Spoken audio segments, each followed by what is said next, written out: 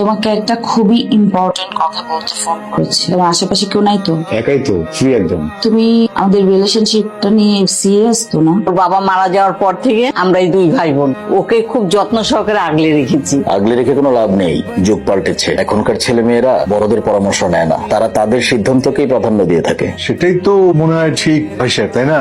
নিজের জীবনের সিদ্ধান্ত তো নিজেদেরকেই নিতে হবে। আসলে সময়ের ধর্ম হচ্ছে পাল্টে যাওয়া। পাল্টে যাওয়া, এই সময়ের সঙ্গে নিজেদেরকে অ্যাডজাস্ট করে এগিয়ে নেওয়াটাই তো বুদ্ধিমানের কাজ, তাই না?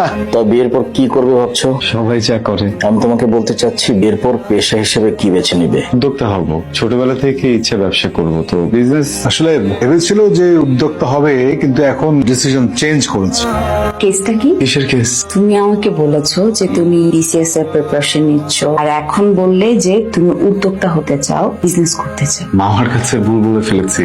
না তোমার, একটা মানুষ কখনো নিজের লক্ষ্য ভুলে যায় না, যত যাই হোক। তুমি আমার কাছে কিছু লুকাচ্ছ, কি হয়েছে বলো? আমরা তো বিয়ে করে ফেলছি, দুজনের মাঝে তো কোনো কিছু গোপন রাখা উচিত না, তাই না?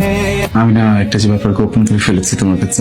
ব্যাপারে না করবো না তো, খুলে বলি সব। তোমাকে যেদিন আমি প্রথম বললাম ভালো লাগার কথা, তুমি অপমান করলা, বললা পুলিশে ধরে দিবা। আমি না খুবই আপসেট ছিলাম, বুঝছো? আপসেট থেকে পরে বাবার কাছে সব বলে ফেলছি।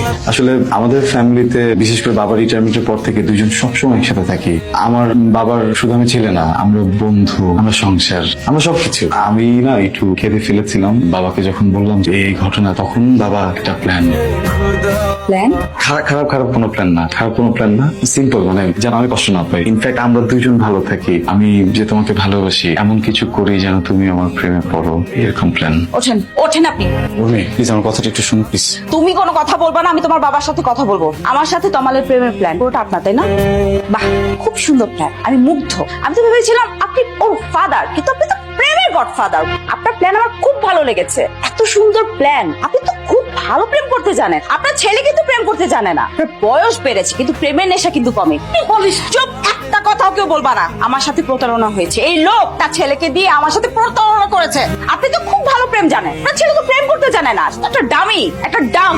আপনি কাজ করেন, আপনি নিজে প্রেম করেন, নিজে প্রেম করে একটা বিয়ে করেন। আমার লাইফ কেন নষ্ট করতে আসেন আপনি?